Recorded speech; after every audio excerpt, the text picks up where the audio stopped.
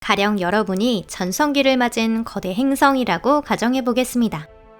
대기권으로 그럭저럭 괜찮은 중력장을 가지고 있고 내부 구조의 분화도 끝나서 행성으로서의 모든 것을 갖추고 있는 상태입니다. 그런 여러분들께는 밝은 미래가 기다리고 있을 겁니다. 여러분이 공전하는 항성은 수십억 년 동안 더 타오를 수 있기 때문이지요. 하지만 여러분은 차가운 우주에서 나홀로 돌고 있습니다. 바로 여러분에게 꼭 맞는 위성이 없는 것이죠. 다가오는 것이라고는 기껏해야 작은 우주돌멩이 정도입니다. 어떻게 하면 좋을까요? 운이 좋다면 멋진 준행성을 만날 수 있을지도 모르지만 하지만 대체 어떻게 해야 그런 별을 만날 수 있는 걸까요? 여러분 안녕하세요. 걱정할 필요는 없습니다. 이는 우주에서도 많은 행성들이 고민하고 있는 문제예요. 그리고 여러분은 운이 좋은 편이에요. 이곳이 바로 투픽 채널이기 때문이죠. 이번 영상에서는 해왕성과 트리톤을 예로 들어 처음에는 그림자도 형체도 없던 큰 위성을 얻는 방법에 대해 이야기하고 그 밖에 다른 행성들의 역사에 대해서도 함께 다뤄볼 예정입니다. 그럼 시작해볼까요?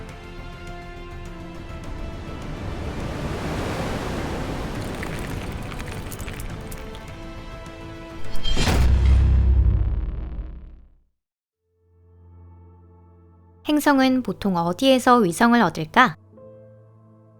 외부적으로 포획하는 것 말고 행성이 위성을 손에 넣는 가장 쉬운 방법은 자신 주변에 있는 충분한 크기의 먼지와 가스로 된 구름을 사용하는 것입니다. 이때의 시나리오는 항성 주위에 행성이 형성될 때와 같습니다. 한번 떠올려 볼게요. 처음에 물질이 응고하며 거대한 덩어리, 즉 원시 별이 나타나고 그 주위를 가스와 먼지로 이루어진 원반이 회전합니다. 원반에는 작은 먼지 조각부터 집채만한 바위까지 실로 다양한 크기의 천체가 포함되어 있어요. 이들이 서로 부딪히면 큰 덩어리가 형성되고 이를 향해 더 많은 물질이 빨려 들어갑니다. 이것이 장차 행성이 되는 것이죠. 위성의 생성 방법도 거의 동일합니다. 행성이 생성될 때 가스나 먼지 원반 물질 중 일부는 행성으로 빨려 들어가는데 이때 행성의 일부가 되지 않고 행성 주위를 돌기 시작하며 고리를 만들게 됩니다. 그러면 그 안에도 미니 사이즈의 미행성 같은 것이 생겨납니다.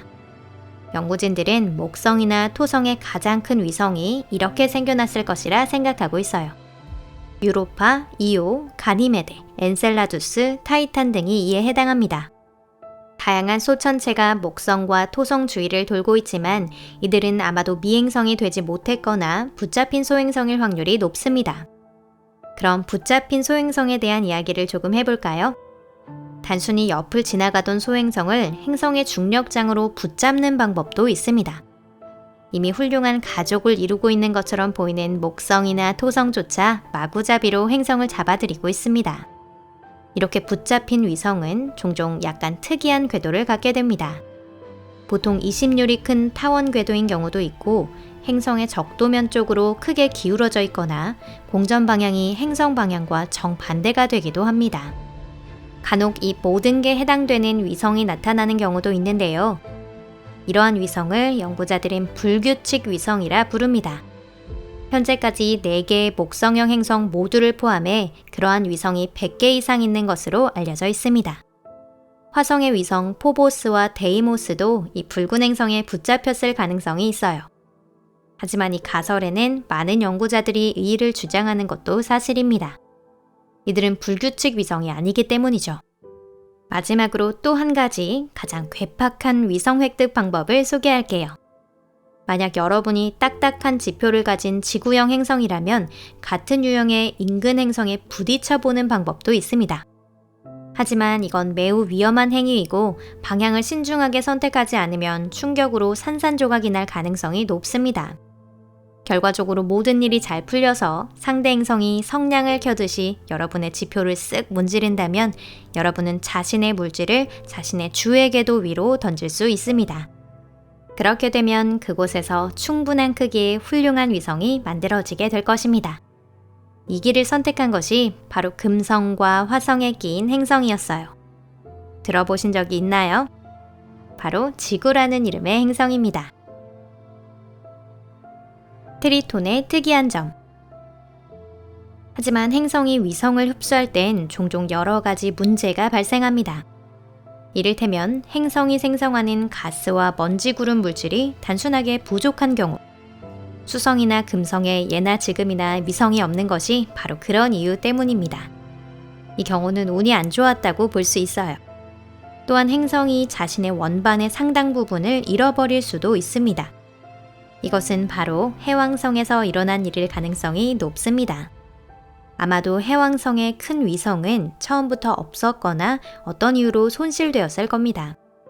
결국 남은 것은 허름한 조각뿐, 중간 정도의 소행성 크기만한 돌멩이가 몇 개 남았을 뿐이었습니다. 그 중에서 가장 컸던 프로테우스조차 500km도 되지 않았습니다. 해왕성은 다른 목성형 행성의 위성계를 부러워했지만 끝까지 포기하지 않았어요. 어느 날 명왕성이나 세레스 같은 준행성이 해왕성 옆을 지나가게 됩니다. 해왕성에게도 기회가 온 것이죠.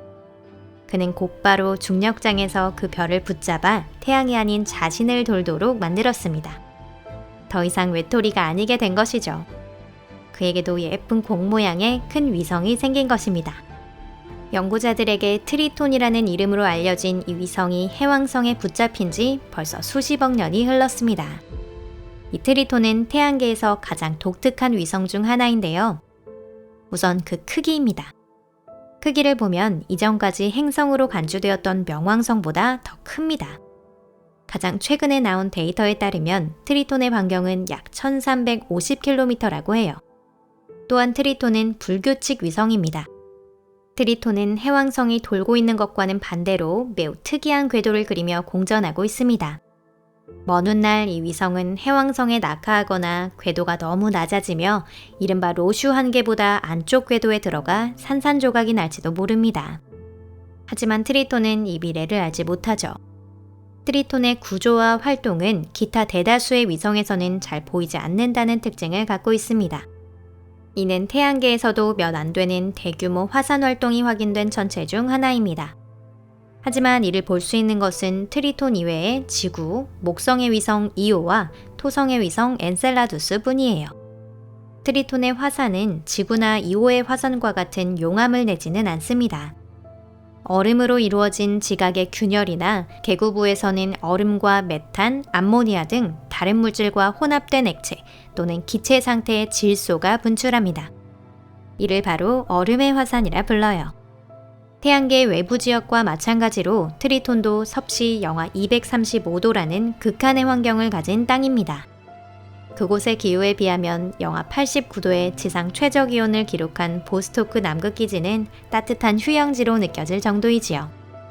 이 지옥의 추위 속에서 질소는 기체는커녕 액체 상태로도 있을 수 없답니다. 금세 얼어붙은 눈이 되어 지표로 떨어지죠. 그리고 트리톤 화산은 얼음 용암을 분출하게 됩니다. 이는 액체 상태의 메탄과 암모니아, 얼음 등의 혼합물입니다. 이 얼음 용암은 엄청난 저온으로 메탄의 끓는 점인 영하 164도 이하입니다. 하지만 트리톤 지표의 온도가 더 낮기 때문에 얼음 용암은 분출 후 바로 얼어버립니다. 이런 과정을 통해 위성 극부 부근에서 발견된 장대한 어두운 줄무늬나 서반구의 멜론 껍질과 같은 독특한 지표 구조가 형성된 것입니다. 트리톤의 지표는 매우 새 것으로 1억 년도 지나지 않았다고 생각하는 연구자도 있습니다. 이는 위성상의 화산 활동이 놀라울 정도로 활발하기 때문인데요. 얼음의 용암은 항상 지표면 바깥으로 흘러나와 있습니다. 원인은 아마도 트리톤이 해왕성에서 매우 가깝고 해왕성의 강한 조성력이 트리톤 지표 아래 모든 층에 작용하고 있기 때문일 것입니다. 이러한 특징 때문에 당시 과학자들은 트리톤이 카이퍼드에서 붙잡힌 것이라고 결론지었습니다. 하지만 최근에는 더 다양한 가설이 나오고 있는데요. 트리톤은 원래 평범하게 독립된 준행성이 아니라 명왕성과 카론 같은 이중행성이었다고 합니다.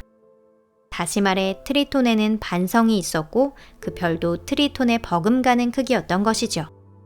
그리고 이 두 별은 공통중심 주위를 함께 돌고 있었습니다.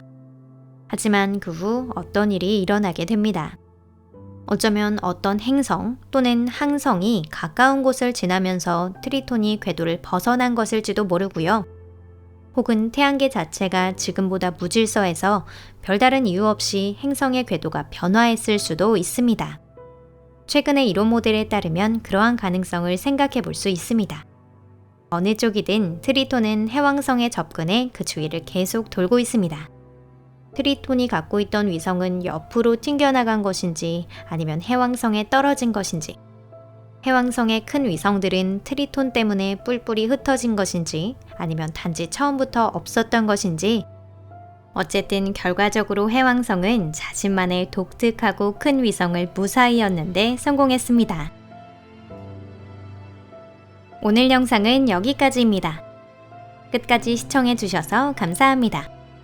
오늘 보신 것처럼 어떤 행성이라도 위성을 얻을 기회는 있습니다. 비록 처음에는 마땅한 후보가 없었다고 해도 말이죠. 자신의 중력장을 현명하게 사용한다면 수월하게 얻을 수 있을 겁니다. 그럼 다음 영상에서 뵐게요. 저희 궤도에서 여러분들과 만난 것은 큰 행운입니다. 잊지 마시고 다음에도 또 방문해주세요. 안녕히 계세요.